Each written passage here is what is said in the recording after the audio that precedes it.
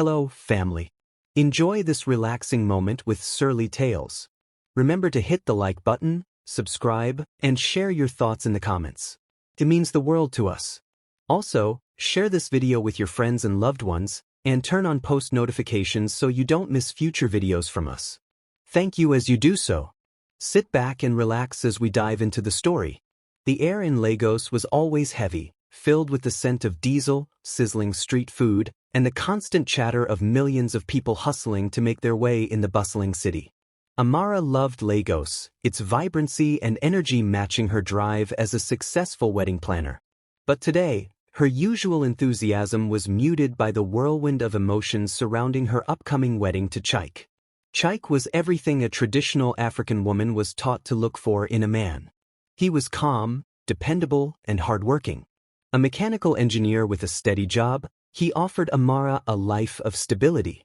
Their families approved, their church approved, and everyone around her seemed to think they were a match made in heaven. Amara wanted to feel that way too. Yet, in the quiet moments when she allowed herself to think deeply, she couldn't ignore the nagging doubt that lingered at the edges of her happiness. Something was missing. A spark, an undeniable chemistry that had fizzled out over the years. Her thoughts were interrupted by her phone buzzing on the marble countertop. It was a text from her childhood friend, Ioma. "Don't forget the business conference tomorrow. Let's catch up afterward." Amara sighed. She had agreed to attend the conference at Ioma's insistence. It was supposed to be a networking event for women in business, but Amara wasn't sure she needed to go. Her wedding planning business was thriving, and with her wedding only 6 months away, her calendar was already packed. Still, Ioma was persuasive, and Amara had reluctantly added the event to her schedule. The following day, Amara walked into the expansive ballroom of Eco Hotels and Suites, her heels clicking against the polished floors. The conference was buzzing with energy. Women dressed in power suits and vibrant ankara prints mingled over cocktails, exchanging business cards and ideas. Amara adjusted her emerald green dress, trying to shake off the slight nervousness she always felt at large events. Halfway through the keynote speech, she froze. The speaker, a tall man with a commanding presence, was none other than Jide, her old flame from university. His baritone voice filled the room as he spoke passionately about entrepreneurship and building businesses in Africa. Jide had always been confident, but now he seemed larger than life, radiating success and charisma. Amara's heart raced. She hadn't seen him in nearly a decade. Their relationship had ended abruptly when Jide moved abroad for a scholarship, leaving Amara to nurse a broken heart. Seeing him now, she felt a wave of emotions, nostalgia, curiosity, and something she couldn't quite name. After his speech, Jide mingled with the crowd, surrounded by admirers eager to bask in his glow. Amara tried to slip away unnoticed, but fate had other plans. "Amara?" His voice stopped her in her tracks. She turned slowly, and there he was, smiling as though they'd last seen each other yesterday. His tailored suit hugged his broad shoulders, and his cologne wafted through the air as he stepped closer. "Jide," she said, forcing a smile. "Long time." They exchanged pleasantries, the awkwardness fading quickly as their conversation flowed naturally. He asked about her life, her business, and, hesitantly, whether she was married. Amara found herself admitting she was engaged. "Engaged, but not married yet?" he teased, his smile disarming. Amara laughed nervously, brushing off the comment. Yet, something about the way he looked at her lingered, stirring feelings she thought she had buried long ago. Over the next few weeks, Jide and Amara reconnected. It started innocently enough, text messages about mutual friends and casual check-ins. But soon, their conversations deepened. Jide told her about his years abroad, his struggles and triumphs in building his business empire. Amara found herself opening up about her doubts regarding her engagement to Chike. Jide listened intently, his gaze piercing through her insecurities. He didn't openly criticize Chike but subtly planted seeds of doubt. "You deserve passion, Amara. Someone who makes your heart race. Life is too short for anything less." Those words echoed in her mind long after their conversations ended. Chike, while dependable, didn't ignite the fire Jide spoke of. Their relationship was comfortable but devoid of the thrilling excitement she now craved. Amara's inner conflict reached its peak one rainy evening. She sat across from Chike at her dining table, watching him eat fufu and egusi soup. He was oblivious to the storm brewing within her, content in the simplicity of their routine. "Chike," she began hesitantly, "do you ever wonder if we're settling?" He looked up, puzzled. "Settling? What do you mean?" "I mean, do you think we're truly happy? Or are we just comfortable because it's easy?" Chike set his spoon down, his expression softening. "Amara, happiness isn't always fireworks. It's about building something steady, something real. I love you, and I know we can make a great life together." His words were sincere, but they didn't soothe her turmoil. That night, as the rain pattered against her window, Amara made the decision that would change everything. She couldn't go through with the wedding. Not with this uncertainty hanging over her. When she told Chike, his devastation was palpable. He begged her to reconsider, reminding her of their years together and the life they had planned. But Amara stood firm, convinced that she was doing the right thing. She told herself that she deserved to feel the passion Jide spoke of, to live a life filled with excitement and love. As she packed away her wedding dress and canceled the venue, Amara tried to ignore the guilt gnawing at her. She told herself it was worth it, that Jide was her second chance at true happiness. But life, as she would soon learn, had a way of testing even the most carefully laid plans. Amara stood on the balcony of Jide's sleek Lekki apartment, watching the sun dip below the Lagos skyline. The view was breathtaking, the Atlantic Ocean glistening in the distance, but her heart was restless. It had been 3 months since she had called off her wedding to Chike, and her life had taken a dramatic turn. Jide had swept her off her feet with a charm that felt almost intoxicating. His lifestyle was the stuff of dreams: exotic trips, luxury cars, fine dining, and introductions to Lagos's elite. For a while, it felt like she had made the right choice. But beneath the surface, a quiet unease was beginning to grow. The honeymoon phase. Initially, life with Jide was everything Amara had imagined. He showered her with gifts, designer dresses, diamond jewelry, and even an all-expenses-paid trip to Dubai. They dined at the most exclusive restaurants, where chefs personally greeted them and celebrities waved across tables. Amara felt like she was living a fairy tale, the envy of her friends and colleagues. Jide was attentive and passionate, a stark contrast to the predictability she had grown accustomed to with Chike. He brought excitement to her life, and for a time, she convinced herself that this was what true love felt like.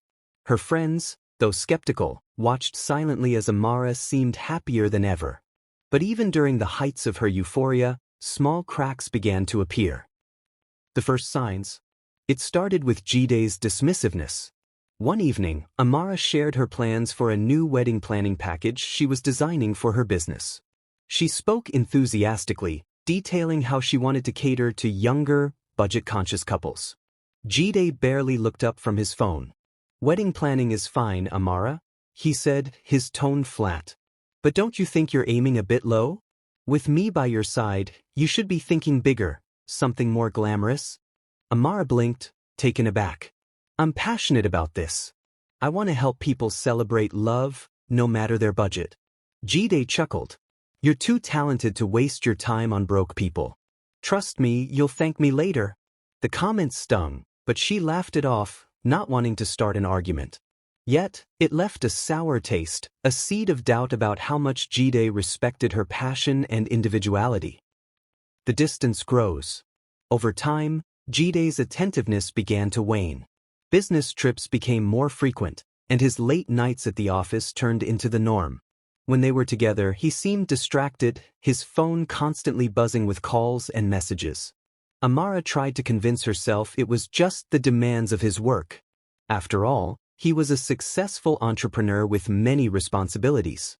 But her attempts at understanding were tested one evening when she decided to surprise him with dinner at his apartment. She spent hours preparing his favorite dishes: peppered goat meat, jollof rice, and a bottle of his preferred French wine.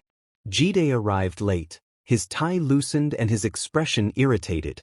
He barely acknowledged her effort, muttering something about a stressful day. Didn't I tell you I'd be working late? He said, glancing at the table. This was unnecessary, Amara. She tried to hide her hurt. I just thought you'd appreciate a home-cooked meal. He sighed, rubbing his temples. I do, but next time, let me know beforehand. I have too much on my plate to deal with surprises. The dismissal was like a slap. As Jide retired to his study without so much as a bite of the food, Amara sat alone at the dining table, questioning the path she had chosen.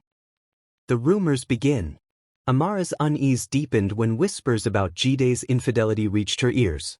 During a brunch with her best friend, Ioma, the topic came up. I heard he's been spending time with that model, Kemy, Ioma said carefully, watching Amara's reaction. Amara's chest tightened. Kemy? Who is she? She's a 23-year-old model, Ioma explained.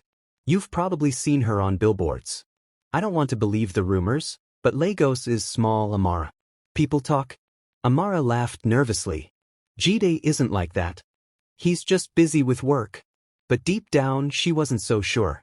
The signs were there. His sudden secrecy, the missed calls she wasn't allowed to answer, the faint scent of unfamiliar perfume on his shirts. That night, as Jide slept beside her, Amara scrolled through social media, searching for any mention of him and Kemy. Her heart sank when she found a photo, Jide at an exclusive party, his arm around a stunning young woman. Though he wasn't tagged, there was no mistaking his face or hers. It was Kemy. The confrontation. The next morning, Amara couldn't hold back any longer. As Jide sipped his coffee, she placed her phone on the table, the photo open on the screen. Care to explain this? She asked, her voice trembling. Jide glanced at the screen, his expression unreadable. It's just a picture, Amara. Don't overreact. A picture of you and another woman? She shot back. People are saying you're seeing her behind my back. Jide leaned back in his chair, his demeanor calm, almost patronizing. People will always talk. You should know better than to listen to rumors. Rumors don't explain why you've been so distant, she said, her voice rising. Or why I feel like I'm losing you. Jide's face hardened. You're insecure, Amara. I've given you everything, and this is how you repay me? By questioning my loyalty? The argument ended with Jide storming out, leaving Amara alone with her doubts and tears. She wanted to believe him, but the cracks in their relationship were widening. For the first time, she wondered if she had made a terrible mistake in choosing him. The unraveling. Days turned into weeks, and Jide's behavior grew colder. He stopped calling her during his business trips, and his once lavish displays of affection became rare. Amara tried to salvage their relationship, planning romantic evenings and writing heartfelt messages, but nothing seemed to work. Her breaking point came when she attended a high-profile gala alone. Jide had promised to accompany her but cancelled at the last minute, citing work. As she mingled with the crowd, her heart stopped when she saw him walk in, Kemy on his arm. The betrayal was undeniable. Jide didn't even look ashamed as their eyes met across the room. Amara's chest tightened, her breath catching as humiliation washed over her. She excused herself, fleeing the gala before anyone could see her tears. That night, as she sat on her bed, staring at her reflection in the mirror, Amara realized she had been chasing an illusion. Jide wasn't the man she thought he was, and her sacrifice, her engagement to Chike, her reputation, her peace, had been for nothing. But as the pain settled in, so did a quiet resolve. She wouldn't let Jide's betrayal define her. The path ahead was uncertain, but one thing was clear, she had to take back control of her life. The days after the gala were a blur for Amara. She stayed locked in her apartment, avoiding calls from friends and family. The weight of humiliation and heartbreak felt like a physical burden. Jide's betrayal had shattered not only her trust in him but also her belief in herself. She replayed the night over and over in her head, imagining all the ways she could have confronted him at the gala. But instead, she had run, escaping the scene to nurse her wounds in solitude. The city of Lagos didn't offer much solace. Everywhere Amara went, she felt eyes on her, whispers in the air. She was no longer the confident wedding planner who orchestrated dream ceremonies for others. Instead, she was the woman who had canceled her wedding for a man who had publicly humiliated her. Friends rally around her. One Saturday morning, Ioma arrived unannounced, banging on Amara's door. "Amara, open this door," she shouted. "You can't keep hiding forever." Reluctantly, Amara let her in. Ioma took one look at her, disheveled, wearing a stained hoodie, and sighed deeply. "You look like a ghost," Ioma said, pushing her way inside. "When was the last time you ate? Showered? Looked in a mirror?" Amara slumped onto the couch, tears pooling in her eyes. "What's the point, Ioma? I feel like a fool. Everyone knows what happened. I gave up everything for him." "Stop that nonsense," Ioma said firmly. "You made a mistake, yes. But you're not the first woman to fall for a smooth-talking man, and you won't be the last. The question is, what are you going to do about it?" Amara shook her head. "I don't know. I feel so lost." "Well, let me remind you who you are," Ioma said, grabbing Amara's hand. "You're Amara Arrives, one of the best wedding planners in Lagos. You've built a successful business from scratch. You've survived heartbreak before, and you'll survive this too." The final confrontation. Bolstered by Ioma's words, Amara decided she needed closure. She couldn't move forward without confronting Jide one last time. She called him, her voice calm despite the storm raging within her. "Can we talk?" she asked. Jide hesitated. "Is this really necessary, Amara? I think we both know where we stand." "It's necessary for me," she said firmly. They met at a quiet cafe in Victoria Island. Jide arrived late as usual, looking as polished as ever. Amara, however, was a vision of quiet strength, dressed in a crisp white blouse and black slacks. She had spent hours rehearsing what she would say, determined not to let him see how deeply he had hurt her. Jide sat across from her, his expression unreadable. "So, what do you want to talk about?" Amara looked him directly in the eye. "I want to know why, Jide. Why did you pursue me if you knew you weren't serious? Why did you promise me the world only to humiliate me in the end?" Jide leaned back, a hint of impatience in his demeanor. "Amara, you're making this more dramatic than it needs to be. I never promised you anything I couldn't deliver. I told you I cared about you, and I still do. But life changes, and so do people. That's your excuse?" Amara said, her voice rising. "You destroyed my engagement, convinced me to leave Chike, and for what? To parade around with Kemy while I sit at home wondering what I did wrong." Jide sighed as though the conversation bored him. "Amara, you're a smart woman. You should have known what this was. You wanted excitement, and I gave it to you. But you also knew I wasn't the type to settle down. That's on you." His words were like daggers, each one cutting deeper than the last. But instead of breaking down, Amara felt a fire ignite within her. She stood up, her voice steady. "No, Jide, that's on you. You're a coward who doesn't know how to be honest. You preyed on my insecurities and made me believe I was the problem when the truth is, you're the one who's broken.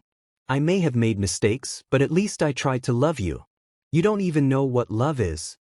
Jide looked taken aback, but Amara didn't give him a chance to respond. She picked up her purse and walked out, leaving him to sit with the weight of her words. Picking up the pieces, Amara returned home feeling lighter, as though a heavy weight had been lifted from her shoulders. For the first time in months, she allowed herself to look forward instead of back.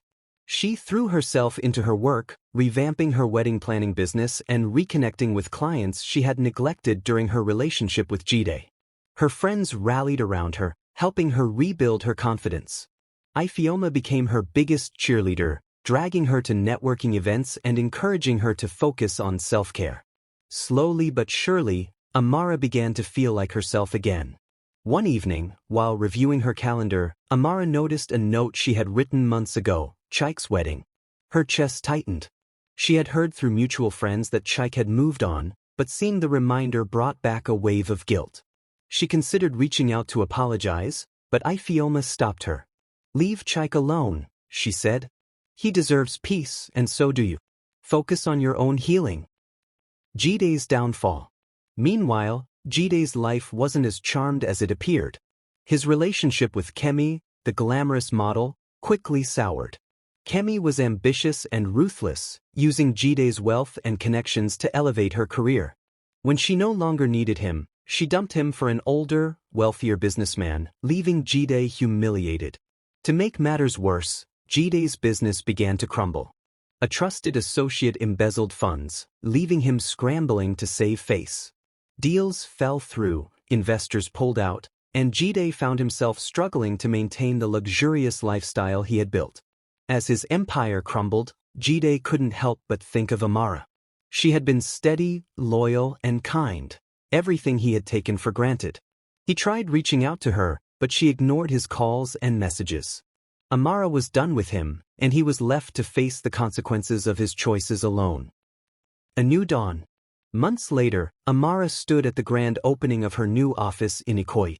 The space was sleek and modern, a testament to her growth and determination. She smiled as her friends and colleagues congratulated her, their words of encouragement reminding her of how far she had come. As the night wound down, Amara stepped outside, looking up at the stars. For the first time in a long while, she felt at peace. She had survived heartbreak, humiliation, and betrayal, and come out stronger on the other side. Life hadn't turned out the way she had planned, but it had taught her a valuable lesson. Her worth was not determined by any man. She was Amara Arrives, a force to be reckoned with, and she was just getting started. The air in Lagos buzzed with whispers of Jide's downfall. The man who once seemed invincible, a poster boy for success and charm, was now the subject of countless gossip circles. As his carefully constructed world began to collapse, karma ensured he felt the weight of every misstep. Jide's relationship with Kemi, the young model he had paraded around like a trophy, unraveled spectacularly. At first, Kemi had been the perfect partner, beautiful, vibrant, and eager to please. But beneath her captivating exterior was a woman who knew exactly what she wanted, and Jide was just a stepping stone. It started subtly. Kemi began taking solo trips, her Instagram flooded with pictures of exotic locations, often accompanied by cryptic captions like, "Living my best life." Jide, busy with his struggling business, didn't notice the signs at first. But when a mutual acquaintance mentioned seeing Kemi at a luxury resort with an older, wealthier man, the truth could no longer be ignored. Jide confronted her one evening, his voice rising in anger. "What's going on, Kemi? Who's this man you've been seen with?" Kemi didn't flinch. Instead, she folded her arms and looked at him with an icy calmness that took him aback. "I don't owe you an explanation, Jide. You knew what this was. I never promised you forever." Her words echoed his own dismissive attitude toward Amara months earlier. For the first time, Jide felt the sting of betrayal. Kemi left that night, and with her went the last semblance of glamour Jide had tried to cling to. The collapse of his empire. Kemi's departure was only the beginning. Jide's business, once a thriving conglomerate, was crumbling under the weight of internal corruption and poor management. An associate he had trusted for years had embezzled millions, leaving his company teetering on the edge of bankruptcy. Jide scrambled to regain control, but his arrogance had alienated many of his allies. Calls to investors went unanswered, and potential partners refused to take meetings. His lavish lifestyle, funded by the wealth he had once flaunted, became unsustainable. The mansion in Banana Island was sold off to pay debts. The luxury cars, once symbols of his success, were repossessed. Jide found himself in a modest apartment in Surulere, far removed from the world of opulence he once knew. For a man who had always prided himself on his image, the fall from grace was devastating. Jide tried to maintain a semblance of dignity, but the whispers followed him wherever he went. Former friends avoided him, unwilling to associate with a man whose reputation was in tatters. The reflection. In his isolation, Jide began to reflect on his choices. He thought of Amara often, the woman who had once looked at him with unwavering admiration. She had given up everything for him, and he had discarded her like she meant nothing. The realization of his actions hit him like a tidal wave. One evening, as he sat alone in his sparsely furnished apartment, Jide picked up his phone and scrolled through his contacts. Amara's name stared back at him, a painful reminder of what he had lost. He hesitated before pressing the call button, his heart pounding. The line rang once, twice, and then went to voicemail. He tried again, only to receive the same result. He sent a text instead, a simple message that read, "Amara, I'm sorry. I know I don't deserve your forgiveness, but I just wanted to say I regret everything. I hope you're doing well." The message went unanswered. Amara's rising star. While Jide's life unraveled, Amara's flourished. Her wedding planning business became a beacon of success, earning accolades and attracting high-profile clients. She had rebranded her company with a focus on empowering women, offering workshops and mentorship programs to aspiring entrepreneurs. The heartbreak she had endured became the foundation of her strength. Amara channeled her pain into her work, and the results were remarkable. Her name became synonymous with excellence, and she was invited to speak at conferences across the country, sharing her journey of resilience and triumph. One afternoon, while preparing for a client meeting, Amara received a call from an unknown number. She answered cautiously, her voice calm and professional. "Hello." There was a pause before the voice on the other end spoke. "Amara, it's Jide." Her heart skipped a beat, but she quickly steadied herself. "What do you want, Jide?" I wanted to apologize," he said, his voice heavy with regret. "For everything. I know I hurt you and I hate myself for it. You didn't deserve any of it." Amara was silent for a moment, then took a deep breath. "You're right. I didn't deserve it. But I've moved on, Jide. I hope you find peace, but I don't need anything from you, not your apology and not your guilt." Before he could respond, she ended the call. The conversation left her shaken, but also empowered. She had faced the man who had once broken her, and she had emerged stronger. A lesson in humility. Jide's life continued its downward spiral. The man who once dominated Lagos's social scene now walked unnoticed through its streets. He had lost everything: his wealth, his status, and the respect of those around him. But in his downfall, he found a strange sense of clarity. He began volunteering at a community center, helping young entrepreneurs avoid the mistakes he had made. It was a humbling experience, but one that gave him a sense of purpose. For the first time in years, Jide began to understand the value of integrity and humility. Fate's quiet justice. Months later, Jide attended a business networking event, hoping to rebuild his connections. As he entered the room, he spotted Amara across the hall, speaking animatedly to a group of young women. She looked radiant, her confidence and poise lighting up the room. Jide stayed at a distance, watching her with a mix of admiration and regret. He wanted to approach her, but he knew it wasn't his place. Amara had moved on, and so should he. As he turned to leave, a small smile crossed his lips. Karma had done its work, and he was finally at peace with the lessons it had taught him. The dry harmattan wind swept through Lagos as Amara stood on the balcony of her newly renovated office, overlooking the bustling streets below. It had been a year since her life turned upside down, and yet, here she was, standing taller than ever. The scars of heartbreak and betrayal were now faint reminders of a time when she had been lost. But she had risen from the ashes, stronger, wiser, and more confident. A flourishing business. Amara's wedding planning business, Amani Weddings, had transformed into one of the most sought-after brands in Nigeria. Her focus on providing affordable yet elegant weddings had not only set her apart but also endeared her to countless young couples who wanted their dream weddings without breaking the bank.